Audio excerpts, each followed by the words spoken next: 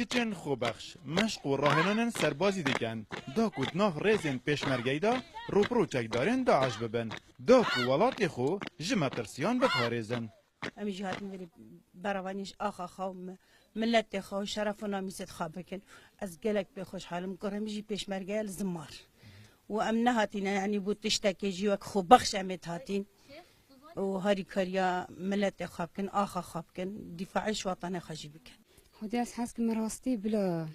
هر جنه که هر خشیه که جی دایکو خوش کن ماجی ام حس کن بین ملی خود در ملی برای میت پیشمرگه او جی یعنی ملی وام ملی ما ببد ام چند سینگی سنگری ده نه او خود این داده اوجی سردار و بندار اف گروپی کچان بشکه جهاز آگری یا پیشمرگن خوبخش او راهنان تیوری و پراکتیکی دیکن لسر بکارینانا چکیو به هسکفتنا لشیو جهینانا ارکن سربازی دورن سلاحی امپیرابین یه تینتیه افهمی دوره بومهات نوکرن روشن بیریه مگالک دوره کرنو ما حتی از بینم براسی شیانه که گلک درست و جه خدا بلکه از بیشم گلک ظلامن دید پتر شیان هبن و پتر شجاعت ایوان چه بی بشن حاضرن بشن سنگری دا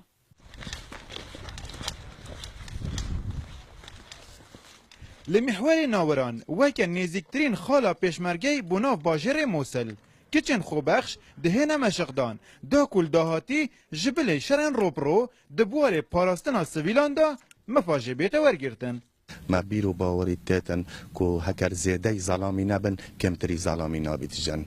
دوره کو رولک باشه اینای جیک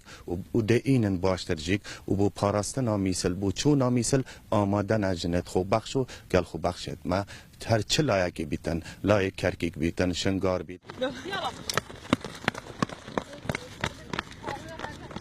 20 کچن خوبخش کشدورن جداین کردستانی مشق و راهنان سربازی دکن لگوری گوتنا فرمانده هزه جماره برف بلند بونه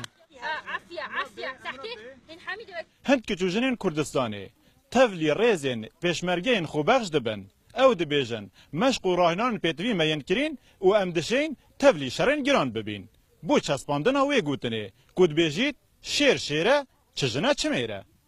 ایوب نصری روداو محور ناوران